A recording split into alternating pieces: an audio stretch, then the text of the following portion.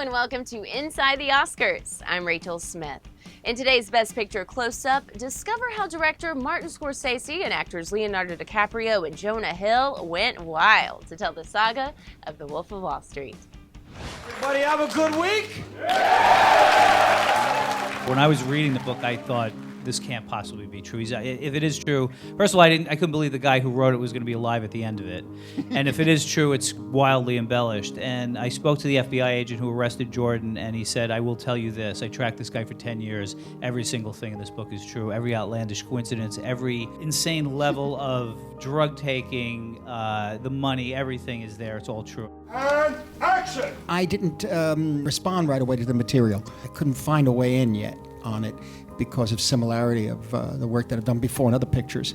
And so if we're going to do that, I thought, well, I'm going to have to really find a way to break a structure somehow or evolve a style. Finally, I said, all right, I think I got the idea of how to tell the story, to ignore the conventionality of certain story aspects. In fact, just drop them. So I had to, we were in our script meetings, and anything that I found that I'd seen before, I said, let's lose it. I started to fight the continuity of it.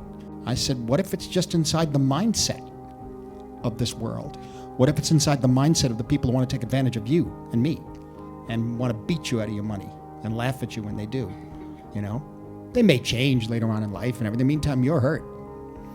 But what if we just stay with them? Hey, and then suddenly you turn around and realize in a sense, we're monsters. 'Cause I ain't going nowhere! I was just taken by, Jordan's honesty. And look, he looks at this as a very isolated time in his life, so he was incredibly forthright with all this information, not only in the novel, but for me as an actor. Incredibly embarrassing details about his life.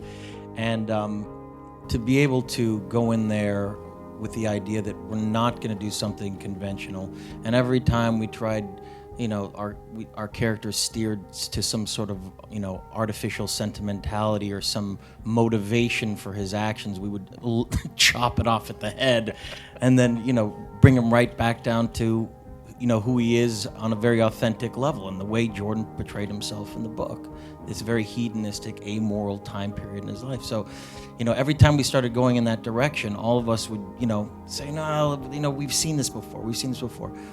I love three things. I love my country, I love Jesus Christ, and I love making people rich. This is a guy with no impulse control, I recognize who this guy is, and I really wanted the chance to bring him to life, and these guys cared a lot more about becoming excessively wealthy than what they had to do to get there, or who they had to hurt to get there. You don't see the wake of destruction. The ship just keeps moving forward. These guys just keep going constantly forward without any regard for anyone except themselves. And that's what we were trying to capture in that culture.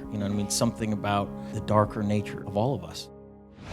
To make sure you don't miss any of the behind-the-scenes action on Oscar Sunday, check out the Oscar Buzz page on Oscar.com.